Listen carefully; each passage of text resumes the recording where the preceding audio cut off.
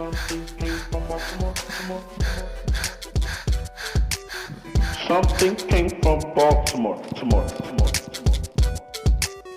Something came from Baltimore, Baltimore. Something came from Baltimore, Baltimore.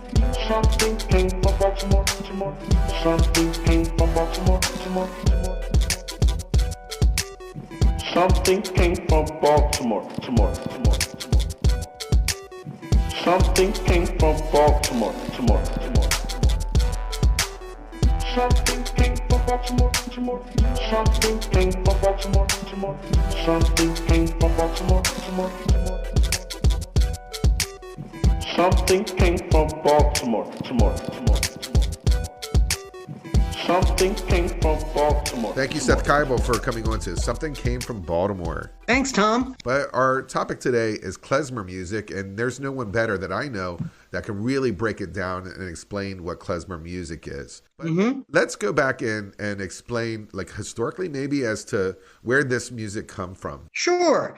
Well, the short story is klezmer is Eastern European Jewish party music. The kind of music that would be played by little village bands in places like Poland, Russia, Ukraine, present-day Czech Republic, Slovakia, etc., at weddings and other types of village celebrations. But it gets a little more interesting because at the end of the 19th, beginning of the 20th century, over 2.5 million Eastern European Jews traveled across the Atlantic Ocean and settled in the New World, primarily in the New York metropolitan area. And those old world sounds began to mix with the sounds of the New World, early jazz, Dixieland, Tin Pan Alley. And the result is kind of a quintessentially American form of music that's reflective of the Jewish immigrant experience, the melting pot of New York. And when you look at the musical ingredients of klezmer, it's very much a mutt of a musical genre, because you've got Middle Eastern scales and modes, scales that you find in Arabic music to this day. Same scales, just different names for it. And then you've got other types of non-Jewish Eastern European music, polka beats and what have you, mixed in there. And then, of course, in this country, you've got a lot of American influences thrown into the mix. So the result, like I said, is a really interesting, vibrant genre that kind of mirrors the geographic trajectory of the Jewish people over the last, 1,000+ years. There are times that you will see klezmer music being played, and it's woven into like a jazz location, and you're like, okay, well, what? A lot of people who are not familiar with klezmer is like, okay, is this kind of like a religious, or is this jazz, or it's basically, you're saying it's a party sound? Actually, if I may, klezmer from its very beginning was a secular form of music. It's culturally Jewish, but in the old country, it was never used for religious service or religious custom or anything like that. In fact, instrumental music in traditional, conservative and in traditional Orthodox Judaism is banned from religious worship. So it's a secular type of music. It was the folk music, the party music of those Eastern European Jewish communities. All right. So I think that people get scared just by the word and not really understanding what it is. What I'd like to do is play an award-winning song of yours called New Waltz that came on your last album. And explain with the song, and also pat yourself on the back about the award. Sure. Well, this song, New Waltz, is from my 2015 album, No Words. And as you mentioned, it has some klezmer influence, has some jazz influence, also a little bit of classical influence to it. It has me on clarinet. I got my good friend Sean Lane on piano, Bob Abbott on bass, Wes Crawford on drums, and yet actually managed to win the grand prize of last year's Mid-Atlantic Song Contest, a big songwriting competition sponsored by the Songwriters Association of Washington. And it was a real honor, but it was also a surprise because it was extremely unusual. It might even be unprecedented for an instrumental tune, a song without lyrics, to win the grand prize. Usually it's a song with lyrics. And it gets even worse because not only does the song not even have lyrics, it doesn't even really have a good title. I actually called it New Waltz because I didn't have a good title for it. And I thought at some point I would change it to something else. And I never did. And then it, got put on the album and won the award. So now the title is has stuck. So I'm kind of was surprised and also a little embarrassed that this song that has neither lyrics nor an interesting title won the grand prize for the contest. Let's take a listen to this song so people can get an idea of what Klezmer is all about. The song is called New Walls.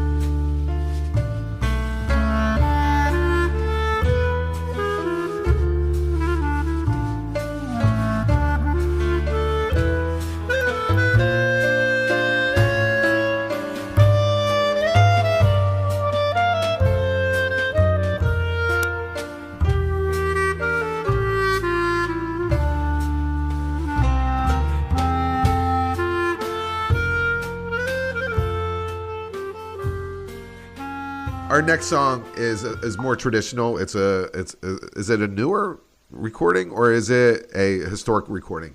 Oh no, this is a recording from sometime in the 1920s. I don't have the exact date in front of me, but it's a song called De Heiser Bulgar. Now, Heiser means the hot in Yiddish, and Bulgar is just a lively circle dance. So the hot Bulgar, and it's performed here by probably the most famous Jewish American klezmer musician of the first half of the 20th century, a guy by the name of Naftuli Brandwein. Now, he was a clarinetist from Poland. He came to this country in the first years of the 20th century and became kind of a celebrity of sorts in the Jewish immigrant community of the Lower East Side of Manhattan. He was a flamboyant musician, a larger-than-life figure, both in terms of music and his personal life. I mean, he was the stories about him are legendary. He was a womanizer, a gambler, a drinker, unreliable, argumentative, and a brilliant musician, all at the same time. So this is a performance of him. He's really the father of the American klezmer clarinet tradition, Naftuli Brandwein.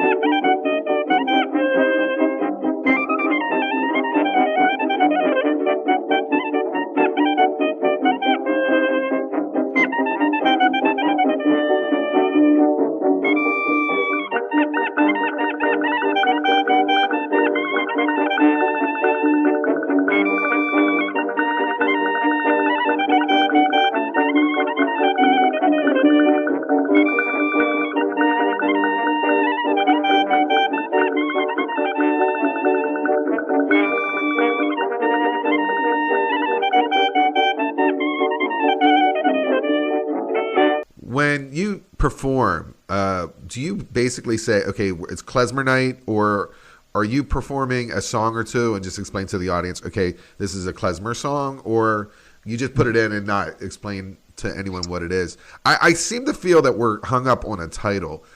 This music feels very familiar, but the word klezmer, I feel it pushes people away from exactly what it is. It depends on the venue and the audience, but I usually at my public shows try to throw in at least a little bit of klezmer. And I do try to explain it. I talk about it briefly and try to give people some context for what they're about to hear if they haven't heard it before. Now, it varies. Sometimes I do shows that are purely jazz, and I also do shows for Jewish groups and Jewish organizations that are purely klezmer. But most of the time, and what I really like to do is kind of mix it up a bit and do a little bit of both. And then the lines get blurry. I mean, a lot of my klezmer influence creeps into my jazz playing and vice versa. I like to think with each passing year, they're both kind of becoming fully incorporated into my musical personality. Yeah, I agree, and I can hear that. You have one more song that you want to talk about that you recorded. What is this song title? What was the decision to work on this song? Okay, this is another klezmer tune that I wrote called New Freilach. And Freilach is a Yiddish word that means happy, but it's also another one of the names for this lively type of circle dance. The kind of dance music we would play at a brat mitzvah, where you put, the kid in the chair and try not to stick his head into the ceiling fan. So this is another track from my 2015 album, No Words. And again, it features that same band, Sean Lane on piano, Bob Abbott on double bass, and Wes Crawford on drums. And a Freilach, just like the word indicates, is a really happy, lively, fun sort of song.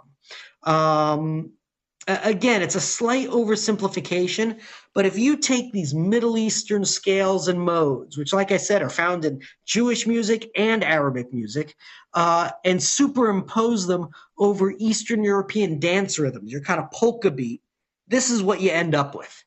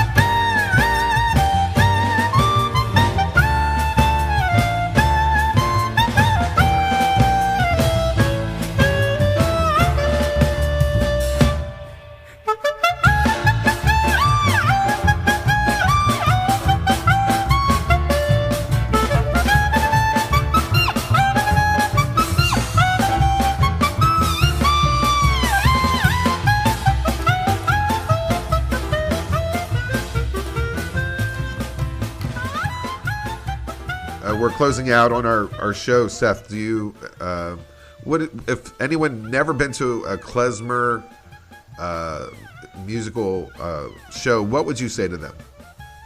Oh, man. Well, one of the things that I love about klezmer today is it's really just a part of the greater American musical landscape. So, I mean, once upon a time, klezmer was a music solely made for and by the Jewish people. That is no longer true, and I think that's great. There are great non-Jewish musicians playing klezmer, and there are a large number of non-Jewish klezmer audiences. And I think that's a very exciting thing that klezmer is kind of entered the greater American musical lexicon and is really for and by whoever wants to play it. That's great. Thank you, Seth Kibel, for coming on to Something Came from Baltimore. Thanks for having me, Tom. Something came from Baltimore, Something came from Baltimore, Something came from Baltimore, Something came from Baltimore, Something came from Baltimore, Something came from Baltimore.